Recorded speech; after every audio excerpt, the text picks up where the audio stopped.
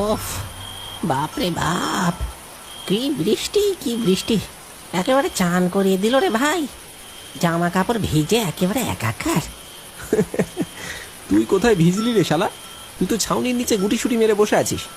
যা ভেজার তো আমি ভিজলাম, তুই শুধু নাটক করছিস। হ্যাঁ রে, ঝাপটা দিয়ে জামাটা পুরোই ভিজে আছে। গরুগুলোকে একটু পা চালাতে বল রে। আধ ঘন্টার রাস্তা 2 ঘন্টা পাইয়ে দিলি, কোমরে ব্যথা ধরে গেল বসে বসে। আরে ধুর, এত ফচফচ করিস না তো। কাদায় গরুগুলো হাঁটতে পারছে না ঠিক করে। তোর যদি এত তাড়া থাকে তবে তুই চালা। আরে আমি যদি চালাতে পারতুম রে ন্যাপলা, তাহলে দেখতি 15 মিনিটেই বাড়ি পৌঁছে দিতুম। মুখের ভাষা বেশ ভালো রপ্ত করেছিস।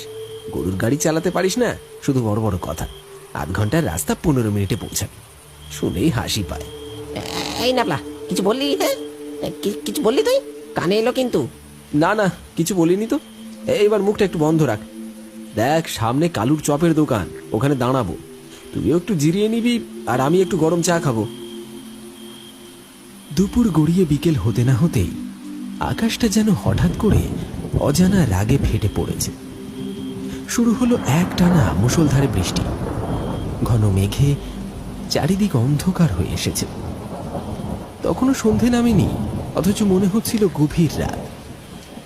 ঝমঝম শব্দে কান পাতা দেয়।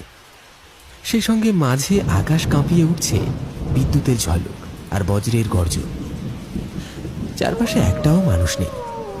এই ঝড় বৃষ্টি মাথায় নিয়ে ভম্বল আর আমি হাট থেকে বাড়ি ফিরছি। হাট শেষ হয়েছে সন্ধ্যার অনেক আগেই। বৃষ্টির জন্য রাস্তার মধ্যে আটকে পড়েছিলাম।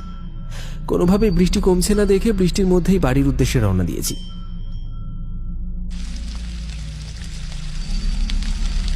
ও হো হো, এ কি স্বাদ রে বাবা! এরকম বাদলার দিনে গরম গরম আলুর চপ, আহা, কামড় দিতে যা লাগে! ও, এ যেন অমৃত, একেবারে অমৃত। শুনছি কাকিমা তো এখন বাইরের কিছুই খেতে দেন না তোমায়। সব নিয়ম কানুন করা হয়েছে তোমার ঘরে। চিনি কম, তেল কম, ঝাল কম, আর তুমি এখানে বসে দিব্যি চপ খাচ্ছ। এটা যদি কাকিমার কানে যায় না খুড়ো, তুমি নিজেই চপ হয়ে যাবে। এই কথা, এই এই চুপ কর, ওসব কিছু বলিস না রে বাবা। কাকিমা শুনে ফেললে সত্যি আমায় চপ করে ভাজবে। সবাই নিমতলার মোড়ে